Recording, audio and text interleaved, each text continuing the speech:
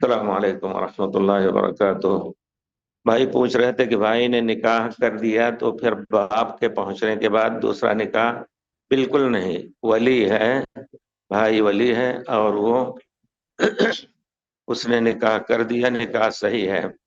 لیکن میں یہ کہنا چاہتا تھا کہ یقیناً کچھ مسائل ایسے ہیں حنفی مذہب میں، خاص طور اپنے، ہم یہ بھی جان لیجئے کہ ہم نے پوری کتابیں ان کی پڑھی ہیں، اصول کی، اصول شاسی، اسی طرح نور الانوار، اور اسی طرح شرح وقایہ، قدوری، شرح وقایہ، ہدایہ، الحمدللہ پڑھی ہے، اور اپنے گھر میں رکھا ہوں الحمدللہ۔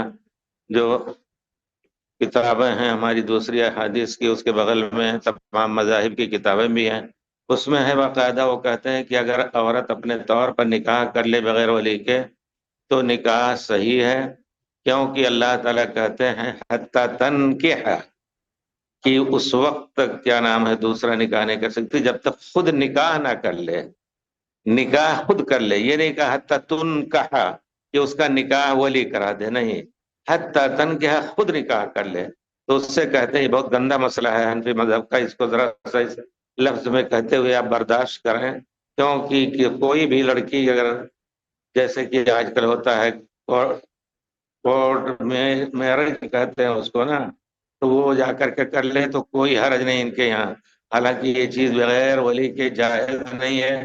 انہوں نے صاف کہہ دیا کہ اس آیت سے یہی معلوم ہوتا ہے، اس وجہ سے اس حدیث پر عمل نہیں ہوگا، اس حدیث پر عمل نہیں ہوگا جس میں آیا ہے کہ جس کسی عورت نے بغیر ولی کے نکاح کر لیا تو وہ باطل باطل باطل، 3 مرتبہ پیر رسول نے کہا، کہتے اس حدیث پہ عمل نہیں ہوگا۔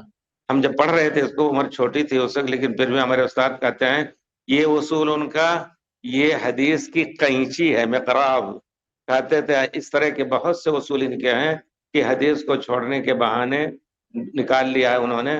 صحابہ نے اس کا معنی یہ نہیں سمجھا جو کہتے ہیں خود سے نکاح کر لے، صحابہ ہی جو قرآن کا معنی سمجھے، اگر ان کے یہاں ایسی چیز ہوتی مشہور ہوتی، اور اللہ تعالیٰ نے کہا ہے کہ صحابہ کی طرح ایمان لائیں گے تبھی وہ کامیاب ہوں گے، ورنہ وہ شقاق اور اختلاف میں رہیں گے ہمیشہ۔ یہی وجہ ہے حنفی مذہب میں اس طرح کی چیزیں ہیں بہت سی، جیسے کہ ان کے یہاں خود پانچوں چاروں پتہ نہیں جو انتصاب اس کو نسبت کہتے ہیں، نقشبندی، چشتی، قادری، باقاعدہ اس کا بڑے بڑے علماء ہمارا ابو الحسن الندوی وغیرہ اس کو برتتے تھے، لوگوں کو اس کا ایک مجاز بناتے تھے، اجازت دیتے تھے۔ بہرحال یہ سب چیزیں پورے طور پر بدعت کی ہیں۔ خالص اسلام صرف اسی تعلیم میں ہے جو قرآن حدیث میں ہے، جس کو اللہ تعالی رسول نے اور اللہ نے عرفات میں مکمل کر دیا، بس۔ اس کے علاوہ اور کوئی دین بھی ہو یا کوئی فرقہ بھی ہو، یقیناً بہت خطرہ ہے اس کو جہنم میں جانے کا۔ جی، کیا عورت قبرستان جا سکتی ہے؟ حنفی مسلک میں یہ کہا گیا کہ عورت جا سکتی ہے۔ حدیث شریف میں پیارے رسول صلی اللہ علیہ وسلم نے فرمایا لعن اللہ زوارات القبور، لعن اللہ، اللہ کی لعنت ہو جو قبروں کی زیارت کرتی ہیں۔ اس میں علماء کا خود محدثین ہے، شارحین حدیث کا اختلاف ہے، وہ کہتے ہیں کہ زوارات کے معنی بہت زیادہ زیارت کرنے والی، اور ایک لفظ آیا ہے لعن اللہ، اللہ کی لعنت ہو زائرات القبور، جو قبروں کی زیارت کرتی ہیں۔ تو یہ روایت صحیح نہیں ہے، یہ ضعیف ہے، لیکن زوارات صحیح ہے، اس کی بنا پر منع کرتے ہیں۔ اور ایسا بھی ہے کہ اگر کبھی کبھی چلی جاتی ہیں تو جائز کہا جائے گا، ایسا علماء نے لکھا ہے، لیکن جہاں یہ دیکھا جائے کہ عورتیں وہاں پہنچ کر کے رونا، چیخنا، پیٹنا شروع کرتی تھی، جیسا کہ پرانے زمانے میں تھا، پھر رسول نے اسے سے منع کیا، اگر ایسا اب بھی کر رہی ہیں تو حاکم وقت یا شہر کا گورنر پورے طور پر ان کو نہ جانے دینے کا آرڈر نکال سکتا ہے، یہ چیز صحیح رہے گی۔ حنفی مسلک میں کہا گیا عورت جا سکتے اگر پردہ میں ہو، جب کسی کو دلائل دیتے ہیں تو کہتے ہیں ترکی مراکش میں سب جاتی ہیں، ترکی عاشق رسول ملک کیا ہے، ترکی مراکش جو ہے، ترکی مراکش ہو یا کوئی بھی شہر ہو، وہ جو ہے مدینہ بھی ہو، مدینے میں کوئی عمل مشہور ہو، اگر حدیث کے خلاف ہے تو اس پر عمل نہیں ہوگا۔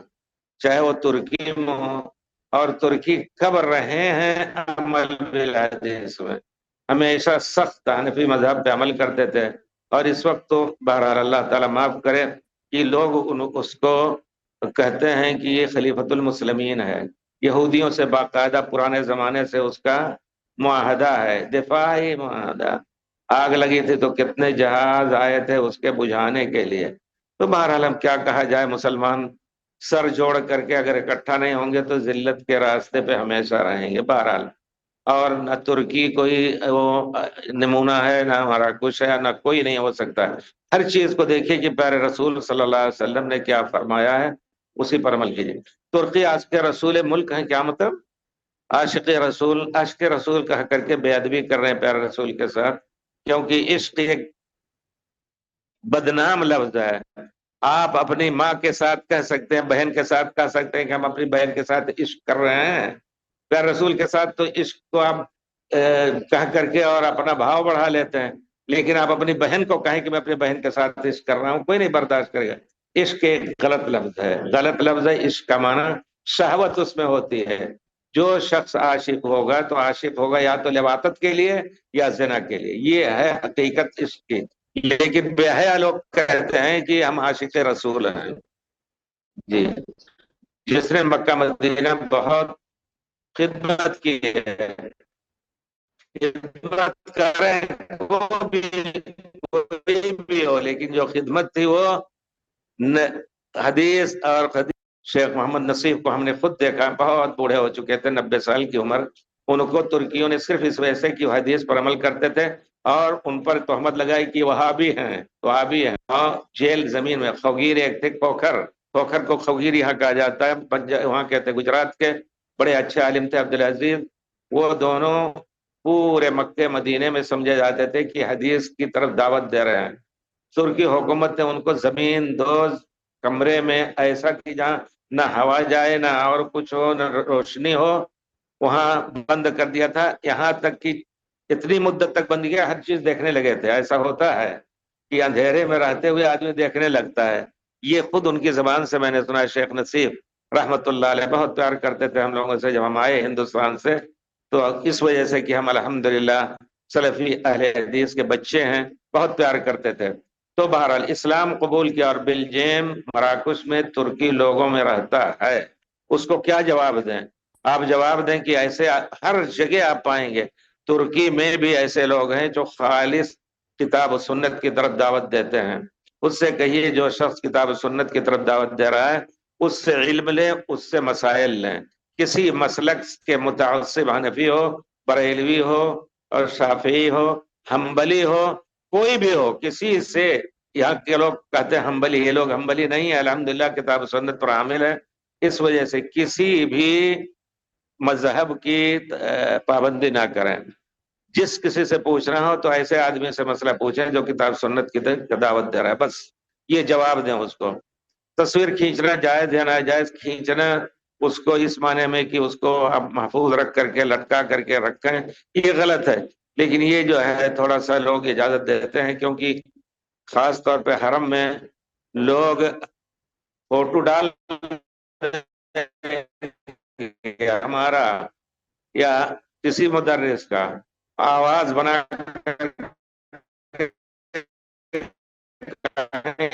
ان کی آواز ہے. اس وجہ سے یہ کیا جاتا ہے کہ معلوم ہو کہ یہ جو نہیں، لیکن اس میں بولتے ہیں تو یہ چار کی تصویر لینا جائز نہیں ہے. پھر رسول نے سخت نہ کیا. یہی احادیث کے سمجھنے کا اصل رخ ہے. فوج سودان کی طرف سے عمرہ کیا جا سکتا ہے، بے شک عمرہ کر سکتے ہیں، طواف نہیں.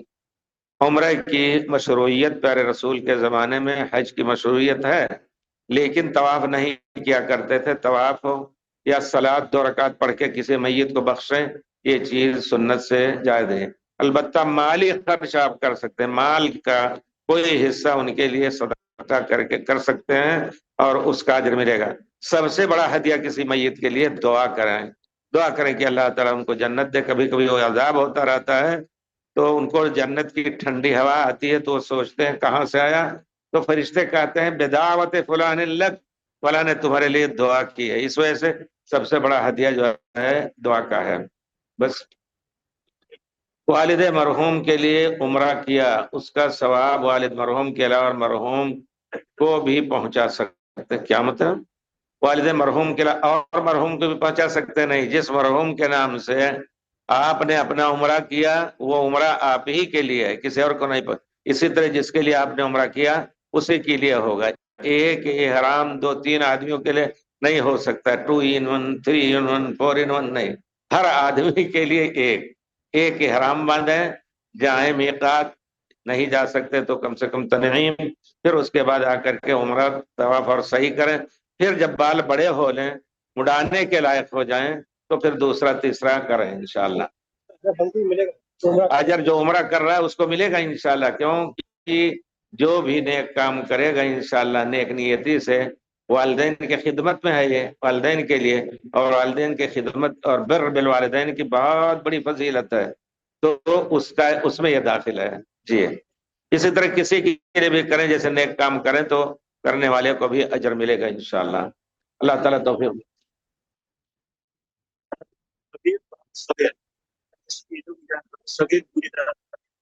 إذا كان الأخ الكبير، والأصل فيه أنه أخوه الكبير، إذا لم يكن الوالد فالأخوه الكبير، وإلا الأخ الصغير إذا وكله لا بأس فيها. إذا كان راضيا هو فأي واحد يعقد بينهما ليس فيها شيء، يعني صغير أو كبير.